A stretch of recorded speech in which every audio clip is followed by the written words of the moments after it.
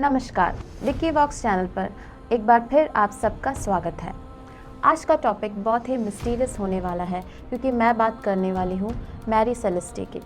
नाम सुनकर आपको ऐसा लग रहा होगा कि यह किसी व्यक्ति या फिर युवती का नाम है, लेकिन नहीं, मैं बात करने वाली हूँ एक समुद्री जहाज़ की। जी हाँ, मैरी सेलेस्टी एक समुद्री जहाज़ का नाम है या फिर कह लो मिस्टीरियस शिप, जो 1.5 साल पहले बिना किसी कैप्टन और क्रू मेंबर्स के अटलांटिक ओशन में तैरता हुआ मिला।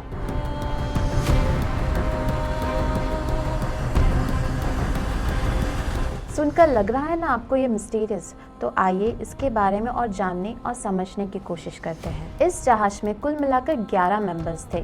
कैप्टन ब्रिक्स, उनकी पत्नी सारा, 2 साल की बेटी सोफिया और 8 क्रू मेंबर्स। तो इतने लोग होने के बावजूद भी आखिर में ये जहाज उस ओशन में अकेला तैरता हुआ कैसे पाया गया? वेल, ये सोचने की बात है, तो इसको थोड़ा डिटेल में जानने की कोशिश करते हैं। सुनकर ये बहुत ही हैरानी होती है ना? तो आज मैं इस जहाज से रिलेटेड सारी बातें आपसे शेयर करूंगी। दरअसल बात 150 साल पहले की है, यानी कि 4 दिसंबर 1872। एक कैनेडियन मालवाहक जहाज जिसके कप्तान डी क्रेटिया थे, उन्होंने 640 किलोमीटर की दूरी पर एक जहाज को अपनी ओर आते हुए देखा। यह नज़ारा देखते ही उन्होंने क्या किया, उन्होंने उस जहाज को सिग्नल भेजा, लेकिन उस जहाज से वापस कोई रिस्पॉन्स नहीं मिला। जैसे जैसे वो जहाज पास आते आते गया, वैसे उस कैनेडियन जहाज के क्रू मेंबर्स ने यह नोटिस किया कि उस जहाज पर कोई व्यक्ति नहीं था। फिर कैप्टन ने अपने क्रू मेंबर्स को उस जहाज को चेक करने के लिए भेजा। तो उस क्रू मेंबर्स ने चेक करने के बाद यह पता किया कि उस जहाज में कोई व्यक्ति नहीं था।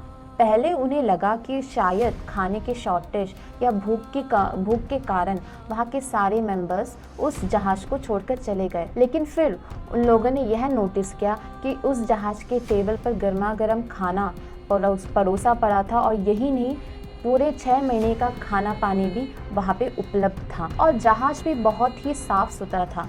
सिर्फ वहाँ से 3 चीज़ें गायब थी, वो थी वहाँ के मेंबर्स और वहाँ के लाइफ बोट्स और उस जहाज से संबंधित सारे डॉक्यूमेंट्स। दोस्तों, हैरानी वाली बात यह थी कि इस 282 टन के जहाज, जो पूरे कीमती चीज़ों से और कच्चे अल्कोहल से भरी थी, इन सब को छोड़कर आखिर वो 11 मेंबर्स गए तो कहाँ गए?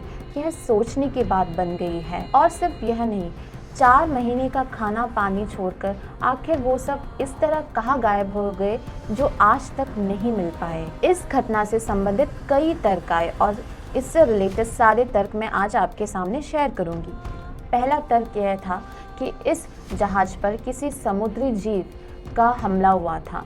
तो चलो मान लेते हैं कि इस जहाज पर किसी बड़े समुद्री जीव का हमला भी हुआ होगा, लेकिन अगर ऐसा होता तो उस जहाज में कोई ना कोई निशानी या फिर कोई खून का धब्बा तो मिलता ना, लेकिन ऐसा कुछ था ही नहीं। वो जहाज एकदम साफ सुथरा था, इसलिए इस बात को मानना थोड़ा मुश्किल है। दूसरा तर्क यह सामने आता है कि मैरी सेलेस्टी पर समुद्री डाकू या फिर पायरेट्स, जिसे हम हॉलीवुड मूवीज में देखते हैं, उनका हमला हुआ। चलो मान लेते हैं कि इस जहाज पर डाकू यानी पायरेट्स का हमला हुआ। अगर ऐसा होता भी तो वो इस जहाज के जो कीमती सामानों को लूटा क्यों नहीं, अल्कोहल को क्यों नहीं लूटा, और ना ही उस जहाज में कोई खून खराबा, किसी का भी धब्बा नहीं मिला। तो इसलिए इसे मानना भी बहुत मुश्किल लगता है, क्योंकि अगर वाकई में डाकू वहाँ पर लूटते तो फिर कुछ ना कुछ निशानी तो मिलता ही है ना। इससे यह साबित नहीं होता है कि मैरी सेलेस्टी पर डाकू का हमला हुआ था। तीसरा तर्क यह सामने आता है कि डी क्रेटिया ने ही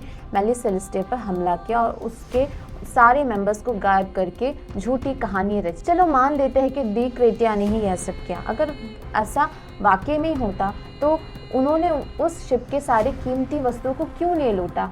और अगर ऐसा होता तो उस शिप में कुछ ना कुछ सबूत तो बिल्कुल मिलता ही मिलता, खून के खराबे, ऐसे कोई ना कोई निशान मिलता, लेकिन ऐसा कुछ भी नहीं हुआ था। इतने सारे तर्क तो आए, लेकिन इसके अंदर का जो मिस्ट्री है वो अभी तक सॉल्व नहीं हो पाया है। लेकिन आखिर ऐसा क्या है इस स्टोरी के अंदर जो आज तक सॉल्व नहीं हो पाई? बेंजामिन एस ब्रिक को बहुत ही इंटेलिजेंट और जिम्मेदार कप्तान माना जाता है, क्योंकि वो शिप उससे रिलेटेड सारी कमियों को ठीक करके ही कोई भी सैर के लिए निकलते हैं। कैप्टन ब्रिक की एक आदत थी कि जब भी वो समुद्री यात्रा करते थे तो उस दिन घटने वाली सारी घटनाओं को वो एक नोट प्रिपेयर करते थे। तो हुआ क्या था कि उस घटना के तौर पर उन्होंने एक नोट में लिखा था बैड वेदर, यानी कि खराब मौसम। तो इससे क्या समझ में आता है? इससे यही हम अनुमान लगा सकते हैं कि शायद खराब मौसम के कारण उन्होंने इस जहाज को छोड़कर लाइफ बोट का सहारा लिया और सारे क्रू मेंबर्स उससे रवाना हो गए।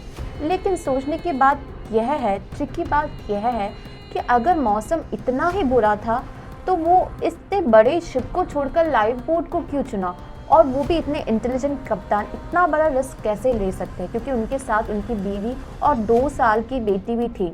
इतने खराब मौसम में इतना बड़ा जहाज छोड़कर, जिसमें 6 महीने का खाना पाना सब कुछ था उस जहाज में, उसे छोड़कर एक छोटे से लाइफ बोट को चुनना वो एक काइंड ऑफ स्टुपिडिटी है ना। इतने बड़े रिस्पॉन्सिबल कप्तान इतना बड़ा रिस्क ले सकते हैं? आपको क्या लगता है? क्योंकि इतने खराब मौसम में कंपेयर टू लाइफ बोट, बड़ा शिप ही उनके लिए सेफ होता है ना। सवाल बहुत है, तर्क भी बहुत है और जवाब भी बहुत है, लेकिन इसका जो सही जवाब है वो क्या है ये किसी को भी नहीं पता। ये तो सिर्फ मैरी सेलेस्टे के मेंबर्स ही बता सकते हैं जो आज तक मिसिंग हैं, उन्हें अभी तक ढूंढ भी नहीं पाए। मैरी सेलेस्टे के स्टोरी पर आधारित हॉलीवुड में ईयर 2020 में एक मूवी रिलीज़ हुई थी जिसका नाम है the haunting of Mary Celeste. यह एक हॉरर मूवी है। इसका स्टोरी कुछ डिफरेंट है, जिसमें कुछ रिसर्चर्स मैरी सेलेस्टे के स्टोरी को जानने के लिए, इसके तह तक पहुंचने के लिए इस पर रिसर्च करते हैं और इस दौरान वह कई घटनाओं से गुजरते हैं। इसकी स्टोरी को वो मूवी के दौरान दिखाते हैं। ये एक हॉरर मूवी है। अगर आप हॉरर मूवी देखना पसंद करते हैं then I recommend you to please watch this movie. आपके ओपिनियन में इनमें से कौन सा तर्क सही लग रहा है? क्या मैरी सेलेस्टे पर पायरेट्स का हमला हुआ था, या डेव क्रेटिया ने ही उन पर हमला किया था, या कोई और रीज़न रहा होगा?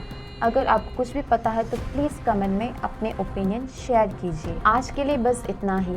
अगर आपको मेरा वीडियो पसंद आए तो please like, comment and subscribe कीजिए। अगली बार इसी तरह एक ट्रिकी, एक इंटरेस्टिंग टॉपिक लेकर मैं फिर से प्रस्तुत होंगी। तब तक के लिए थैंक यू।